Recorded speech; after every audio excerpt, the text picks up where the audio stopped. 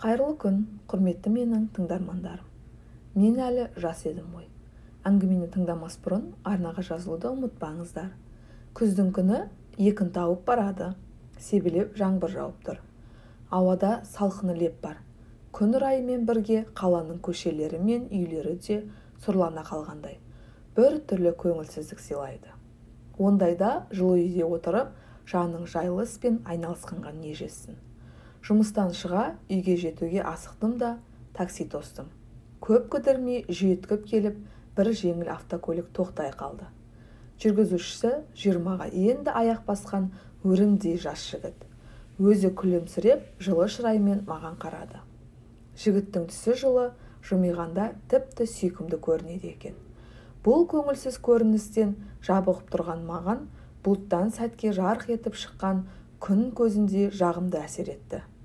Барар жерім мен берер ақымды айтып едім, ол келісті. Біз тарта жөнелдік. Қаланың көлік кептелісі де басталып кетті. Жігіт асыққандай сыңай танытып, мүмкіндігінше құйрық тістескен көліктер арасынан жол іздеп, бірде ортаға, енді бірде одан жалт беріп шетке өте шығады. Бұл қылығымыз әлдекімдерге ұнамаса керек. Пипылдатып ескерту беріп қояды. Оны елеп жатқан біздің жігіт жоқ. Әлдекім алдымызды кесті. Қайдасыға дей, деп көзін кіртитіп аузын бұртитады. Тіпті кейде олардың жазықсыз анасына да ауыз салып қояды. Алғашында жылы сезінген жігітімнің бұл ұшқалақтығы мен бейпіл ауыздағы маған ұнамады. Қанша дегенмен студенттерге тәрбие беріп үйренген оқытушымын ғой, қарап отыра алмадым. Інім, неге сонша аптығып келесің? Асыққан шайтанның ісі демей ме? Сәл сабырмен жүрейік, дедім баяу ғана. Ағасы, қазір жай барақат жүретін уақыт емес. Уақыт ақша дегенді естіген шығарсыз. Бүгін қалайда 10-15 мың теңге табуым керек. Алла қаласа, деп ауырым. Өзің қаласаң, Алла қайда барады? Жігіттің бұл сөзі жүрегіме қадалғандай әсер етті. Бұрылып оған қарадым. Ол ештеңені елемегендей бар назарымен алдыңғы жаққа тесіле қарап отыр. Бағанағы жылы жүзді күлімсіреген жігіттің орнына мүлдем басқа адам келіп отырғандай. Мен үнсіз қалдым. Енді кезекте сөзді ол бастайды. Таңнан бері тоқтаусыз жүріп жатырмын. Жаман емес. Енді 2-3 сағат жүрсем болды. Кешке қызыма барамын. Дедім мен самырқау ғана. Үйленуге дайындық екен ғой. Қайдағы үйлену ағасы? Сіз де айтасыз-ау, жай көңіл көтеріп жүру ғой біздікі. Серлік құрып дегендей. Сонда қалай? Қызда солай ойлай ма? Дедім мен таң қалып. Ол мырс етіп күлді де. Ой, білмеймін. Менімен үйленеді деп ойлайды.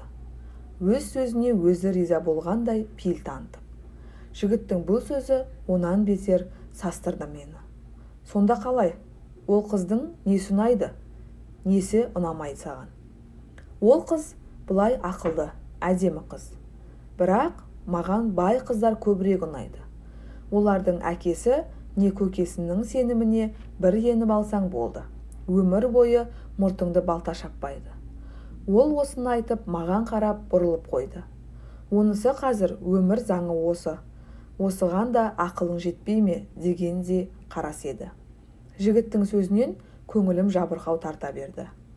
Адам азған ба, заман азған ба? Аузынан анасының сүті кетпеген өрімдей жігіттің айтып отырғаны мынау. Біз қайда кетіп барамыз?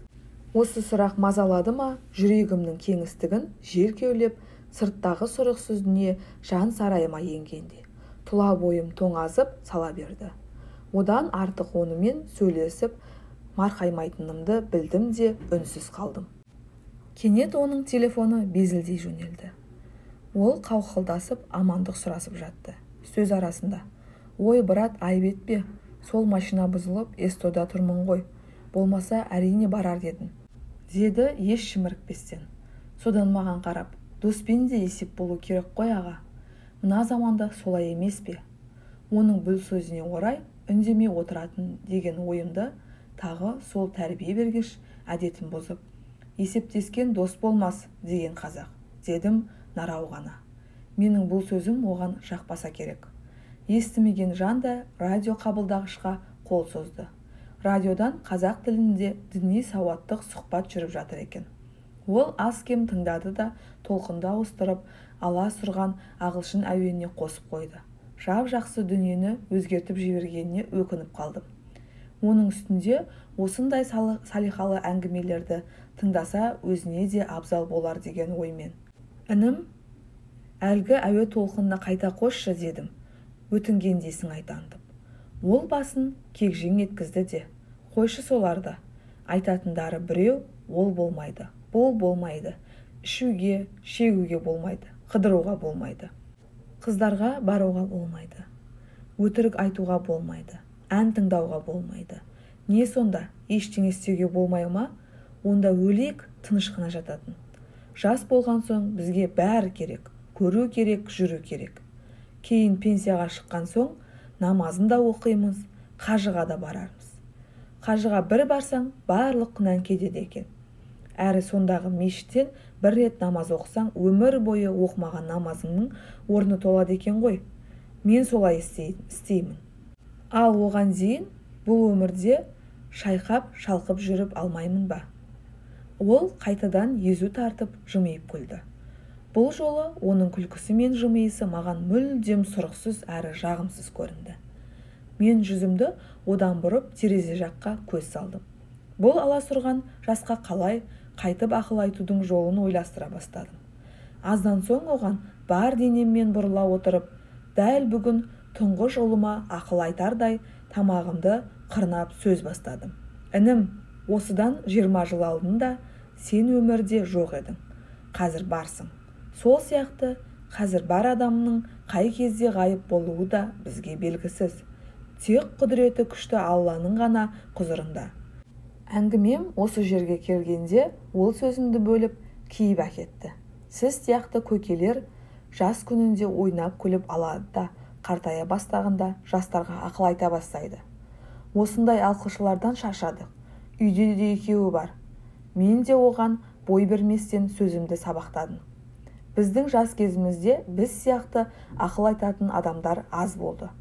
Ол кездің заңы басқа, заты бөлек болды. Алланы ауызға алу мүмкін емес еді.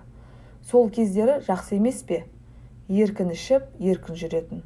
Қазіргідей мешітке бар, намаз оқы деп ешкім қақсамайды. Өміріңде бір рет болса да мешітке бас сұқтың ба? Дедім мен де шамырқанып. Жоға, әлі жаспын. Кейін деді, бағанағыдай даусын тағы созып. Әңгімемен отырып, діттеген жеріме де жетіп қалыппын.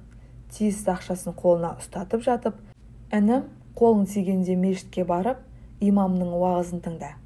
Діни басқарма тарапынан жарық көрген кітаптарды оқы. Дедім оның жүзінен алғашқы күлкісін көруге ынтығып. Көрерміз, әлі жаспын ғой, сау болыңыз. Ол осыны айтып теріс бұрылды. Мен түсіп қалдым. Көшенің қарсы бетіне өту үшін жаяу жүргіншілер өткеліне қарай аяңдап келемін. Көңіл түкпірінен әлгі балаң жігіттің парықсыз әңгімесі деймін-ау, ғафыл түсінігі кетер емес. Кенет көрсеткен дауыстан соңыма жалт қарап едім. Өзім мініп келген көлік көлденең қиылыстан шыға келген жүк көлігімен мүйіздесіп қалыпты. Көрсеткен үнмен бірге машинаның буы бұрқ етті. Мен аңтарылып қалдым да жүгіре басып сонда жеттім. Мен келген көліктің алды талқан болып опырылыпты. Арқалық пен рөлдің арасында қысылып, аузы мұрнынан қан кетіп әлгі жігіт отыр. Мен қапелімде не істерімді білмей, оның қолынан тартып шығарып алудың жолын қарастырдым. Бірақ былқ етіп жылы емес. Кенет көзім оның нұрсыз жанарына түсті. Оның жанарынан бұл қалай болды? Неге бұлай болу керек? Мен әлі жас едім ғой, дегенде бір түрлі сұрау тұрғандай болды. Иығымнан қаққан жол жақсысының менен кейін тұруымды ескертті. Мен шеттедім, бірақ сол жерден кете алмадым. Әлде бір күш мені қозғалтпастан сол жерде шегелеп қойғандай болды. Жүрегімді әлде өкініш, әлде қайғы, әлде аяушылық па, анық арасын өзім де білмейтін бір сезімдер арпалысып жатты. Бағанағыдай емес, жаңбырда күшейіп түскендей жүзімнен жас па әлде жаңбыр суы ма сорғалап жатты. Қанша өткенін білмеймін, безілдеп жедел жәрдем көлігі де жетті. Ақ халаттылар құтқару төсегіне бетін ақ матамен жабылған жігіттің өлі денесін көліктеріне салып алып кетті. Соқтығысқан екі көлік те көшеден әкетілді. Көліктер кептелісін арылып дағдылы қозғалыс қалпына түсті. Ештеңе болмағандай өмір өз сарынына көшті. Қайшыласқан көліктер ішінде қақтығысқан пікірлердің де жарысып кетіп бара жатқан сезіп тұрмын. Қаншалаған қатал тағдырға куә қара аспан. Қызылды жасылды дүниеге құмартудан қалған қарт адамдай көзін сығырайтып, маужырап, байсал басқан кеш құшағында мүлгіп барады. Құрметті менің тыңдармандарым, өте әсерлі, мағынасы зор, жастарға сабақ болатындай әңгіме сіздерге ұнаған болса, арнаға жазылуды, лайк басып, комментарий жазуды ұмытпаңыздар. Назарларыңызға рахмет. Келесі әңгімеде кездескенше сау болыңыздар.